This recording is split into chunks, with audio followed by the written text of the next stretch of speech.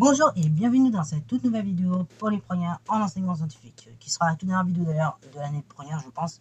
Pareil, là j'ai vraiment fait que le cours finalement, sauf pour le thème, vous pouvez voir des vidéos type bac, mais si vous en voulez plus, pareil, il suffit de me demander en commentaire ou de répondre également au sondage que j'ai fait. Donc il s'agira d'aller dans l'onglet communauté et donc de ma chaîne, et comme ça vous permettra de répondre au petit sondage et de voir ce que vous voulez, et comme ça j'adapterai les vidéos en conséquence. Voilà. Alors, cependant, donc ici, comme je l'ai dit, dans une vidéo d'enseignement scientifique, et on va s'intéresser à un thème qui touche tout le monde en fait, puisque je pense que vous ne pouvez pas nier. Aujourd'hui, la musique, c'est quand même quelque chose qui est très prenant dans notre société, ok, qui est très quotidien dans notre société. Et donc, on peut écouter de différentes manières, que ce soit avec des écouteurs, un ordinateur, un microphone, bref, vraiment tout plein d'outils. Mais concrètement, qu'est-ce qui se passe justement quand on écoute la musique? Et surtout, quels sont les comportements qui peuvent en découler, ok, et quelles sont les conséquences qui peuvent découler de notre comportement face à notre écoute. Pour cela, on va voir ça tout au long de cette vidéo, donc en différentes parties, et sur ce, let's go, c'est parti. Alors tout d'abord, quand vous allez écouter un son, première étape, il faut capter la vibration, ok, il faut capter la vibration sonore, et donc elle va se capter notamment au niveau de l'oreille externe, par le biais donc d'un organe particulier, d'un organe important, qu'on appelle donc tout simplement, le pavillon, ok, donc le pavillon, c'est un peu la forme là que vous pouvez voir de l'oreille, que vous pouvez toucher d'ailleurs. Et donc ce pavillon-là, il a un petit peu une forme de tourbillon pour une simple et bonne raison, c'est qu'en fait, le pavillon, il a deux rôles. Premier rôle, donc, c'est de canaliser les sons extérieurs.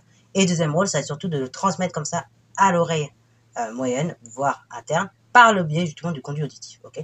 Donc, au niveau du pavillon, vous allez avoir une canalisation du son extérieur et une transmission de celui-ci, vers l'oreille interne, ok, et déjà à l'oreille moyenne, et tout en passant par le conduit auditif. Ensuite, donc, le son va passer par le conduit auditif et balayer comme ça toute l'oreille moyenne jusqu'à arriver donc au niveau des trois des trois ocelles, oui. Ce sont les suivants: marteau, enclume, étrier, ok, bravo. Et donc le son va arriver au niveau de ces trois ocelles qui vont pouvoir être mis en mouvement par le biais donc d'une structure particulière du membrane en fait qui est le tympan, ok, parce qu'en fait le son il conduit il va donc circuler tout le long du conduit auditif. Il va arriver donc faire vibrer comme je l'ai dit, tout simplement le tympan, ok, qui est une membrane vibrante. Et donc, en faisant vibrer cette membrane vibrante, et donc les trois osselets qui sont à côté, donc à savoir l'étrier, le marteau et l'enclume, tout simplement, le son en conséquence va pouvoir migrer vers l'oreille interne, ok, il va migrer vers l'oreille interne, et donc pour cela, il va passer par tout simplement la cochlée, ok. Il va pouvoir être transmis, donc passer par la cochlée. Et justement, maintenant concrètement, c'est par son kiki. Parce qu'en effet, c'est au niveau de la cochlée, donc ou bien c'est de limaçon qu'on appelle pour les plus anciens, que va se dérouler la transmission du message sonore en message nerveux, ok. Puisqu'en effet, au niveau de la cochlée, ou bien un limaçon qui ressemble à ça, d'ailleurs une espèce d'escargot, vous allez avoir ce qu'on appelle des cellules des cellules vibratiles, ok, ou bien des cellules ciliées. Et donc, ces cellules ciliées de l'oreille interne, plus précisément de notre limaçon, elles vont entrer comme ça en résonance avec les vibrations reçues, ok. Et donc, à chaque fois, en rentrant en vibration, elles vont donc convertir ce message sonore en un message nerveux, ok, qui va être ensuite retransmis par le cerveau. Alors d'ailleurs, petite chose aussi qui est très très importante, on en reparlera par la suite de la vidéo, mais en fait, au niveau de la cochlée, on peut entendre qu'une catégorie de son. C'est lié à cet organe-là, donc à la cochlée, qu'on peut entendre qu'une catégorie de son, parce que chaque cycle de chaque cellule ciliée va correspondre à une fréquence bien précise. Et quand, justement, on va comme ça détruire nos cellules ciliées par le biais d'une écoute trop élevée, ça va détruire tout simplement chaque cycle de chaque cellule ciliée. Et donc, par conséquent, on va tout simplement diminuer son audition. Et donc, les cellules vont être placées, les cycles des cellules ciliées vont être placées de la façon suivante.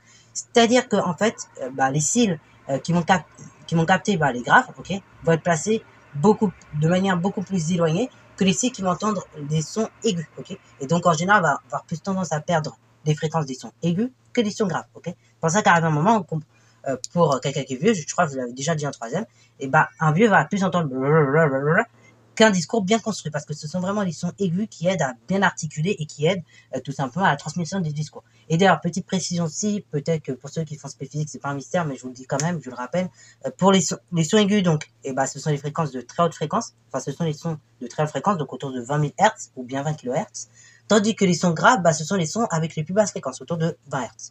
Et donc, forcément, quand on va casser les cils, en général, donc on va casser d'abord les cils les plus aigus, ok, puisque c'est eux que le son va rencontrer d'abord. Et donc, après, on dégringole comme ça jusqu'à casser les plus graves. Et lorsqu'on casse les plus graves, dans ce cas-là, là on peut rentrer même dans des complications un petit peu plus élevées.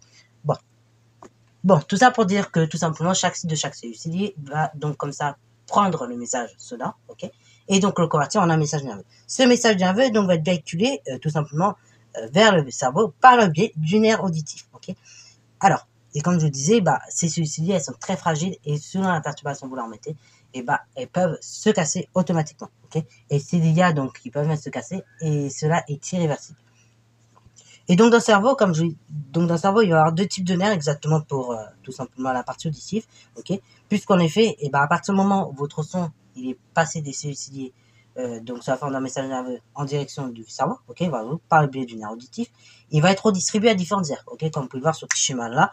Donc il va être distribué à différentes aires, donc soit l'aire auditive primaire qui va permettre la réception des sons auditifs, ok, et donc il va permettre la connexion avec d'autres aires, ou soit tout simplement aux aires auditives secondaires, donc là qui sont notamment utilisées pour la perception de la musique, tandis que la primitive primaire, ça servira pour les messages auditifs ou la connexion entre d'autres aires, ok, bravo.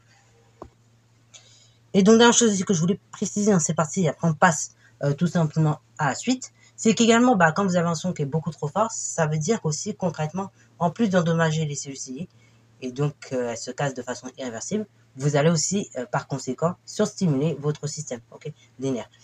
Alors maintenant donc on va voir un petit peu le lien qu'il y a entre la sensation et la perception d'un son, puisqu'en effet la première chose que l'on peut voir, la première chose qu'on peut exploiter pour tout simplement voir si on entend le son et qu'est-ce qui se passe lorsqu'on entend le son, c'est ce qu'on appelle un IRM, ok.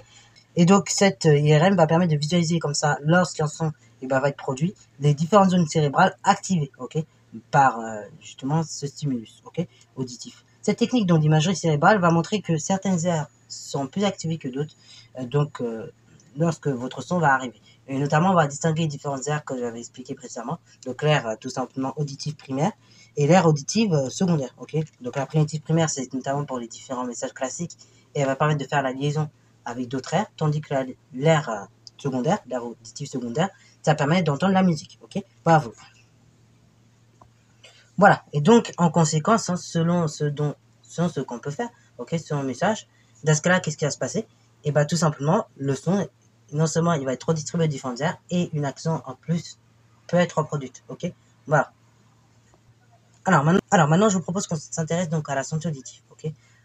Parce qu'en effet, tous les problèmes d'audition que vous pouvez voir aujourd'hui, tels que l'hyperacousie, la surdité et tout plein d'autres, ou les acouphènes, surtout j'avais voulu les oublier aussi, c'est des enjeux forts de la santé publique. Puisqu'en effet, ce qui a causé ces problèmes-là, c'est notamment une mauvaise gestion de l'écoute. Parce que en effet, faut savoir que notre oreille va pouvoir supporter qu'une certaine gamme de sons. Et surtout, elle va pouvoir les supporter qu'à une certaine intensité sonore, qu'à un certain niveau d'intensité sonore. Là, pour le coup, rappel d'après une vidéo que j'avais fait dans ce thème-là, en effet, donc au niveau des niveaux d'intensité sonore, donc on va catégoriser les sons donc en décibels, et donc ça va pouvoir aller de 0 décibels jusqu'à environ 190 pour le maximum qu'on ait pu enregistrer sur Terre. Ok, et celui-là, il était dû d'ailleurs à une explosion volcanique qui avait eu lieu dans l'océan Pacifique autour du 19e siècle. Bon, tout ça pour dire que tout simplement, une mauvaise écoute, une mauvaise gestion de l'écoute, concrètement, ça génère tous ces problèmes-là, puisque il faut savoir qu'au-delà de 60 décibels, déjà, on rentre dans un seuil de fatigue. Ce qui veut dire que, concrètement, notre cerveau, déjà, rien que le fait de parler, ça fatigue. Et c'est pour ça qu'après 8 heures de cours, comme je disais dans la première vidéo, on est épuisé parce que, le cerveau, il aura travaillé, il aura transmis des messages, tout ça, et donc, c'est pas facile pour lui.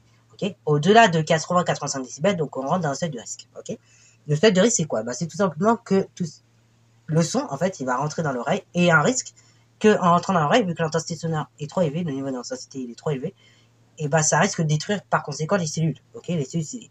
Et enfin, donc, troisième niveau qu'on va pouvoir observer, c'est ce qu'on appelle donc, ça va être au-delà de 120 décibels. Donc là, au-delà de 120 décibels, là, on est dans un seuil carrément, et non plus de risque, mais là, on est carrément dans un seuil de danger, puisque là, clairement, instantanément, dès que le son va entrer dans l'oreille, il va endommager, et ce, de façon irréversible, toutes les cellules ciliées. Parce que je rappelle, quand une cellule ciliée casse, elle casse définitivement. Ok, bravo. Et donc, pour limiter cette casse, on peut adopter différents gestes, tels que, par exemple, des comportements individuels, baisser la musique au niveau de ses écouteurs, ok, parce qu'il faut savoir que les écouteurs, normalement, ils sont réglés pour avoir des sons autour de 90 décibels, mais leur manière de fonctionner pousse toujours à augmenter le niveau. Donc, faites bien gaffe. Normalement, grand maximum, un écouteur, c'est 90 décibels, mais ça peut aller beaucoup plus haut si on augmente le volume sonore. Okay, Également, donc, deuxième comportement qu'on peut avoir, c'est dans les concerts. Dans les concerts, très souvent, essayez de mettre des bouchons d'oreille. Ça va vous aider et ça évite, et ça permet d'atténuer vraiment l'intensité sonore. On en reparlera d'ailleurs l'année prochaine en termes d'aspect physique-chimie, ça fait l'objet d'un chapitre entier.